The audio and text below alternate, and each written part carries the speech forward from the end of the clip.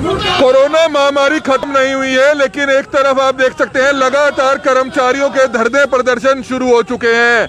हालांकि ये धरने प्रदर्शन अपनी मांगों को लेकर है, लेकिन करनाल ब्रेकिंग न्यूज जिला प्रशासन से और इन सभी धरना प्रदर्शन करने वाले सभी साथियों से, हमारे बहन भाइयों से अपील करता है कि कुछ दिन आप कोशिश कीजिए इस तरह के धरने प्रदर्शन ना करें, क्योंकि कोरोना के जो केसेस है लगातार बढ़ते हुए नजर आ रहे हैं। इस चीज का आपको ध्यान रखना चाहिए, ज्यादा भीड़ इकट्ठी नहीं करनी चाहिए।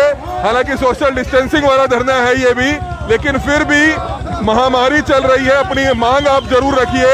4 से 5 लोग इकट्ठे होकर आइए और आप अपना ज्ञापन डीसी को दे सकते हैं, लेकिन धरने प्रदर्शन से जितना हो सके उतना बचना चाहिए। करनाल ब्रेकिंग न्यूज आप सभी से हाथ जोड़कर अपील करता है। तो प्रदर्शनकारी महिलाएं हैं, उनसे हम जानना चाहेंगे, बहन जी क्या कहना चाहेंगे, किसको लेकर आज आप जिला सचिवालय पहुंचे हैं? जो सरकार ने ये रैशनलाइजेशन किया, ये बहुत गलत किया। 15 साल से हम अपनी तन मन धन से सेवाएं दे रहे हैं और हमारे साथ सरकार हर बार यही बद्दा मजाक करती है। इस टाइम पे इतनी भयानक महामारी के समय भी इतना गंदा जो ये कदम सरकार ने उठाया, हम उसकी भर्त्सना करते हैं और हम कहते हैं कि अगर ऐसा किया तो उसको मुंह की खानी पड़ेगी। इस टाइम खाने के भी लाले पड़े हुए हैं और सरकार ने इतनी गंदी हरकत करते हुए ये हमारे मुंह पर, समाज के मुंह पर क्या किया? अब हम अपना प्रदर्शन करेंगे और अपनी शक्ति और दिखाएंगे सरकार को।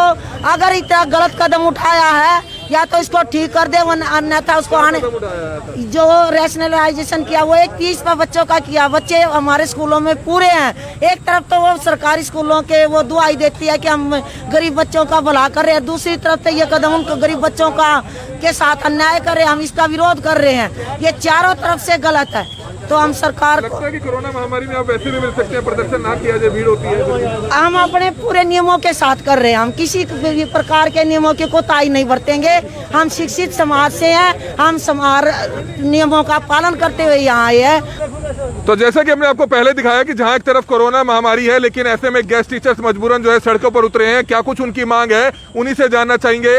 संधू साहब क्या कहना चाहेंगे? एक तरफ कोरोना महामारी चल रही है, तो ऐसे में धरने प्रदर्शन, हालांकि करनाल ब्रेकिंग न्यूज तो सभी से अपील करता है कि आप 3 से 4 लोग आइए और ज्ञापन अपना दीजिए। धरने प्रदर्शन जितना कम हो सके उतना कम करना चाहिए, क्योंकि देखा देखी कल 1 लोगों आए धरना प्रदर्शन करने, अब शुरुआत हो गई, आप आए, किसान संघ आया, सभी आए। तो कोशिश की जाए, कम से कम की जाए, अपनी बात मीडिया के माध्यम से रखी जाए। चलो बहरहाल आज आपकी जो मांग है उसको लेकर आप पहुंचे हैं, क्या आपकी मांग है और क्या बताना चाहेंगे? हमारी मुख्य मांग ये है कि जो पहले शिक्षक छात्र अनुपात था वो पहले सरकार ने 25:1 किया था प्राइमरी लेवल पे, और जो मिडिल स्तर पर था, जो हाई स्कूल में था, वो 35:1 था। अब उसको सरकार ने 40:1 कर दिया है। तो ये 5-5 जो बच्चे बढ़ा दिए गए हैं। एक तरफ तो कोरोना महामारी चल रही है और दूसरी तरफ सरकार ने 5-5 बच्चों का रेशियो बढ़ा दिया है। उससे हमारी बहुत सारी पोस्टें सरप्लस हो जाती हैं और खासकर उसका जो प्रभाव पड़ता है वो सबसे ज़्यादा अतिथि अध्यापकों पर पड़ता है, क्योंकि सबसे पहले जो हम कच्चे कर्मचारियों को सरकार जो है, जो भी रेगुलर टीचर आता है वो गेस्ट टीचर जहाँ भी पोस्ट सरप्लस होती है उसको उठा दिया जाता है। और हमारे बहुत से गेस्ट टीचर जो हैं कि जैसे यमुनानगर से करनाल में आ गए,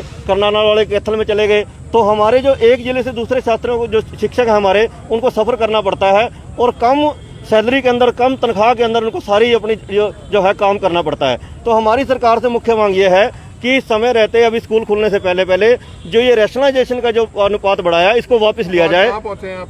हाँ जी, कहाँ पहुंचे हैं आज हम डीसी साहब को अपना ज्ञापन देने पहुंचे हैं, मुख्यमंत्री जी के नाम, और अपना जिला शिक्षा अधिकारी को भी शिक्षा मंत्री के नाम देंगे, ताकि हम अपनी जो मांग है, हमें शौक नहीं है कि हम सड़कों पर ऐसी महामारी के दौरान आए। हम इस महामारी के दौरान हमारे साथ जो शिक्षक साथी हैं वो स्कूलों में मिड डे मील की सेवा कर रहे हैं, घर घर जाकर राशन बांट रहे हैं, बच्चों को काम भी दे रहे हैं, अपनी बहुत सारी सेवाएं दे रहे हैं।